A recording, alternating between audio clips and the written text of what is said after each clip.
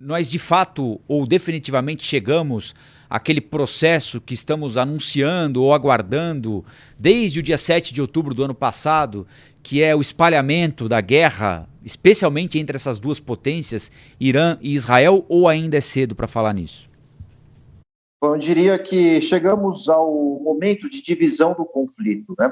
Já que na primeira fase, aliás, há um ano, né, desde o dia 8 de outubro, quando o Hamas fez o ataque, a invasão ao território israelense, Israel, enfim, reagiu de uma forma até mesmo desproporcional, o tamanho, a força do seu exército e a fraqueza do Hamas, né, em termos bélicos.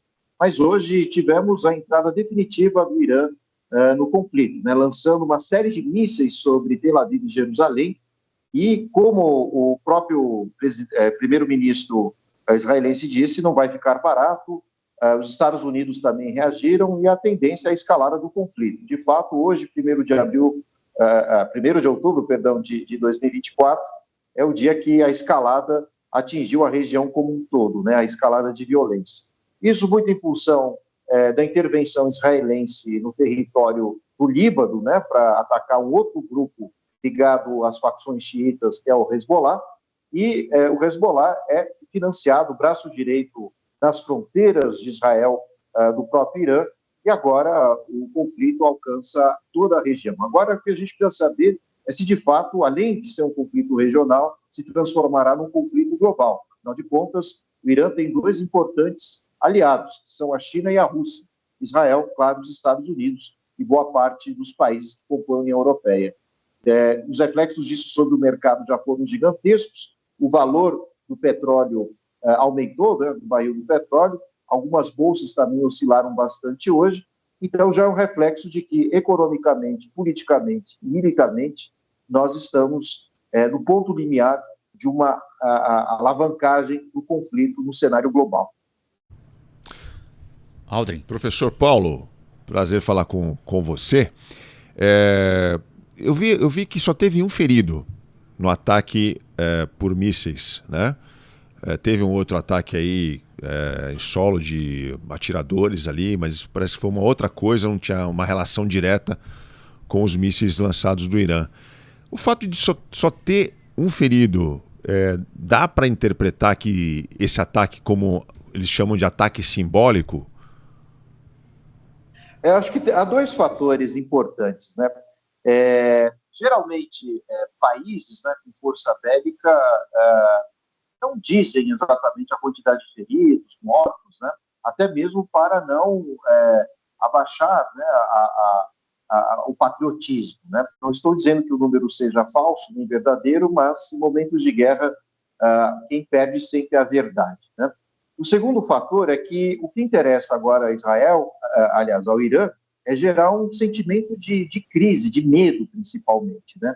Nenhuma população consegue viver em paz, em confiança num país, sabendo que há centenas de mísseis caindo sobre a cabeça das pessoas, ou pelo menos dos edifícios. E vale dizer que Israel se preparou durante décadas a esse conflito, né, com a construção de bunkers, abrigos subterrâneos. Isso justifica também o número pequeno de baixas, né?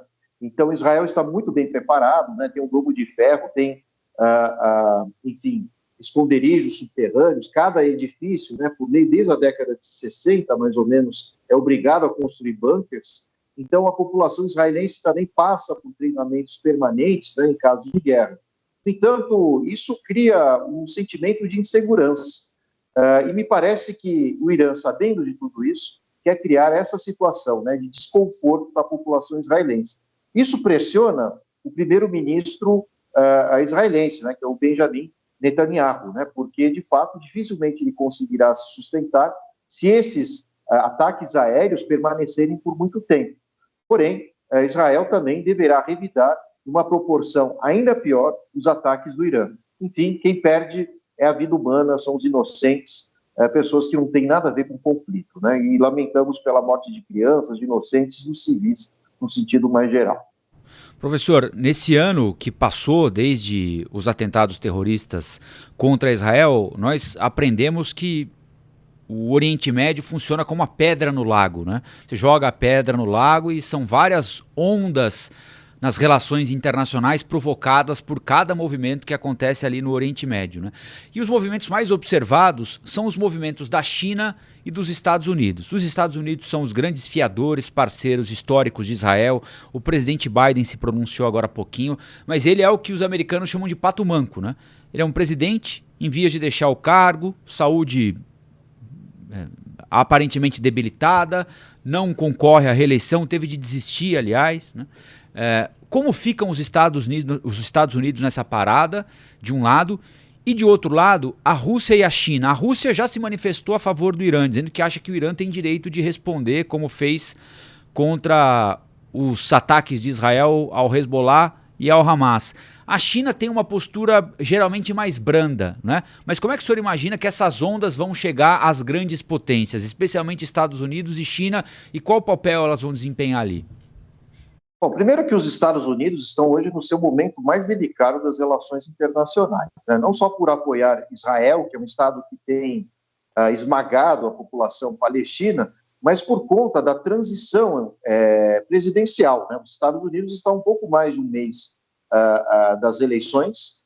É um ataque que ocorre por parte do Irã no momento em que há uma fraqueza, não só da figura do Biden, mas também da Câmara, né, diante do Trump, né? O Trump faz uma campanha dizendo que acabaria a guerra em questão de dias, né?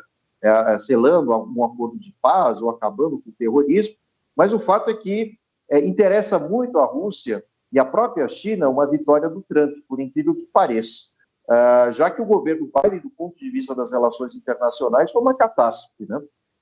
Nas suas mãos, 2 guerras foram produzidas, não só a guerra da Ucrânia, como também a guerra entre Israel e o Hamas e o solo palestino, né?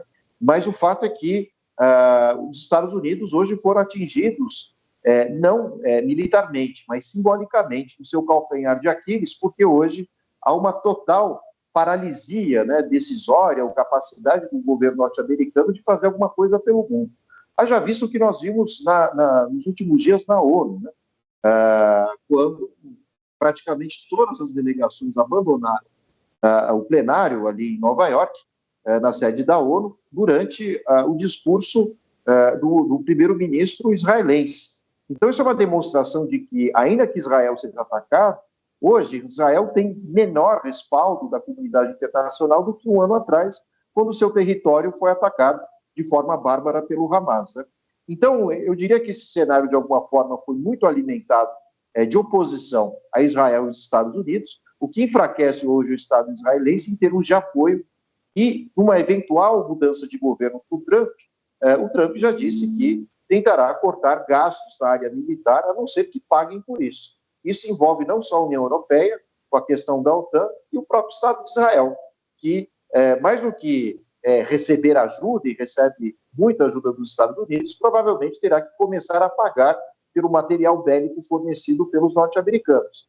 Com isso, uma crise econômica provavelmente se acentuará em Israel, deixando o país talvez ainda mais isolado, não apenas do ponto de vista diplomático, mas principalmente do ponto de vista econômico. Então, esse efeito cascata ele se dá em vários níveis, não apenas militarmente, mas economicamente, em termos da opinião pública, né, sobretudo norte-americana. A Câmara recebeu grande apoio, né, de pacificadores e pessoas contrárias ao conflito, e agora ela fica numa saia justa, né? Como ela vai ser reeleita se hoje os Estados Unidos são os grandes financiadores de todo o material bélico que chega às mãos dos israelenses. Isso pode abrir alguma vantagem para o Trump, tenho essa impressão.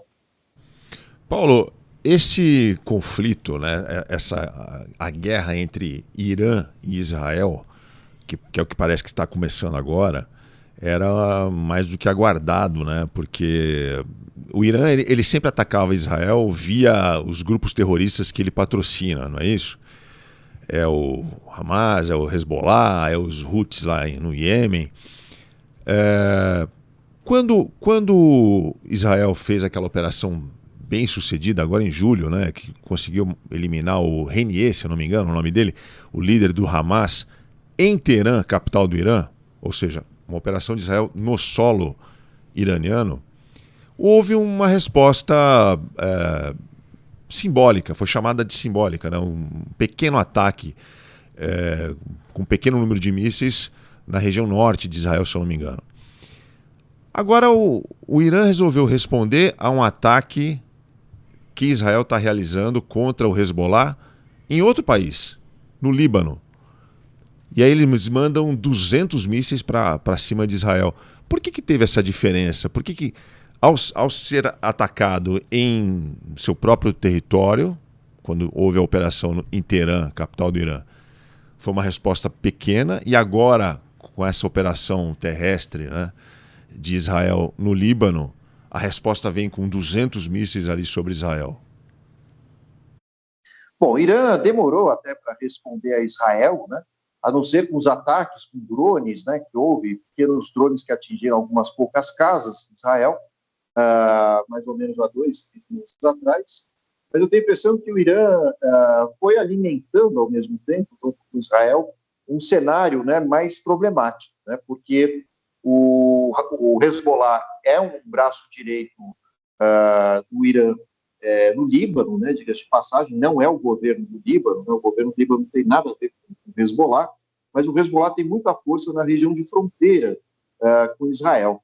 Então, isso significa que o Irã foi esperando, né, digamos assim, mais lenha na fogueira, a situação se agravar não apenas com a faixa de Gaza, que vive uma situação de um verdadeiro genocídio hoje, mas também agravar a situação em relação aos ataques, né, cibernéticos, né, com a questão dos pagers, né, com os radinhos que Israel promoveu às sombras ali de toda a opinião pública, e, finalmente, o ataque militar e uma invasão terrestre ao Líbano, né? Então, o Irã esperou o momento mais grave, né, de acentuação do conflito para tomar as rédeas e até mesmo dar uma resposta à opinião pública do seu país, né? Já que o próprio governo iraniano estava sendo pressionado por grupos mais conservadores dentro do Irã para iniciar um ataque, ou pelo menos responder a Israel. Então, o Irã, digamos assim, ele esperou um momento mais tenso desse conflito para agir. E agora, depois desse ataque de hoje, a tendência é que isso vire um efeito cascata, né? Ou seja, Israel e Irã lançando mísseis uns contra os outros. E o problema é que essas duas nações têm bombas atômicas, né? E vale dizer que um conflito terrestre hoje entre Irã e Israel é praticamente impossível, já que há o Iraque no meio desses dois países, entre outras nações, né? Isso significa que teremos a acentuação, né, de ataques aéreos, mísseis a longa distância, e, no limite, ataques através de força aérea, né? E lembrando que o Irã tem como principais aliados a China e a Rússia, e isso pode estender o conflito para outros territórios, ou pelo menos uma influência de outros países e potências bélicas dentro desses dois territórios. O resultado pode ser, inclusive, uma terceira guerra mundial.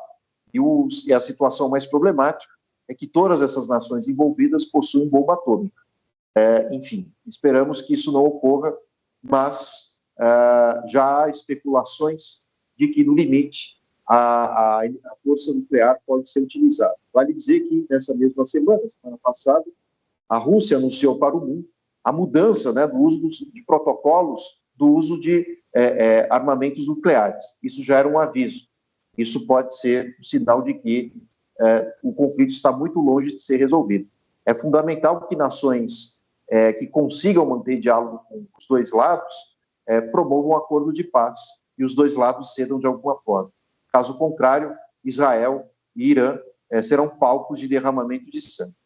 Olá, aqui é o Rafael Colombo. Gostou do que acabou de assistir? Se inscreva no canal Cortes do Flow News para os melhores momentos.